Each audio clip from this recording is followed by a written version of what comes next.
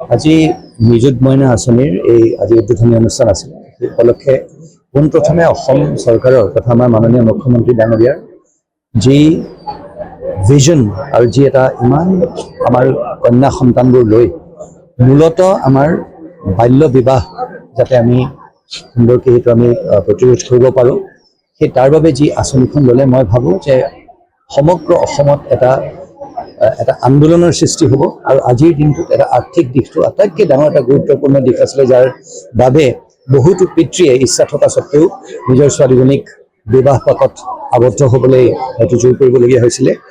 আজি সম্পূৰ্ণভাৱে এটা এনেকুৱা এখন আঁচনি, যোনখন আঁচনিৰ জৰিয়তে গোটেই যোনটো ইংৰাজীত গেম চেঞ্জাৰ বুলি কয়, এটা নতুন এটা বিপ্লৱৰ সৃষ্টি হ'ব। আৰু আমাৰ কন্যা সন্তানসকলে কেতিয়াও অনিচ্ছাকৃতভাৱে তেওঁলোকে কেতিয়াও যাতে বিবাহ পাশত আবদ্ধ হ'বলগীয়া নহয়। আৰু পঢ়া শুনাৰ হাৰ বাঢ়িব আৰু মাতৃ বা আমাৰ কন্যা সন্তানক যেতিয়া আমি আগবঢ়াই লৈ যাব পাৰোঁ, গোটেই সমাজখনে আগবাঢ়ি যাব, আমি সকলোৱে জানো। আৰু এই পদক্ষেপ আজি মৰিগাঁও জিলাবাসীয়ে অত্যন্ত আদৰি লৈছে। আৰু আজি আমাৰ মাননীয় স্থানীয় মন্ত্ৰী ডাঙৰীয়াক অভিনন্দন জনাইছে। তেওঁ নিজে যদিও দিল্লীত থকাৰ বাবে উপস্থিত থাকিব নোৱাৰিলে, আজি জাগিৰোড কলেজৰ অধ্যক্ষকে ধৰি আজি আমাৰ জাগিৰোড অঞ্চলৰ প্ৰতিগৰাকী বিশিষ্ট নাগৰিকক আমি আমাৰ আন্তৰিক ধন্যবাদ জনাইছোঁ।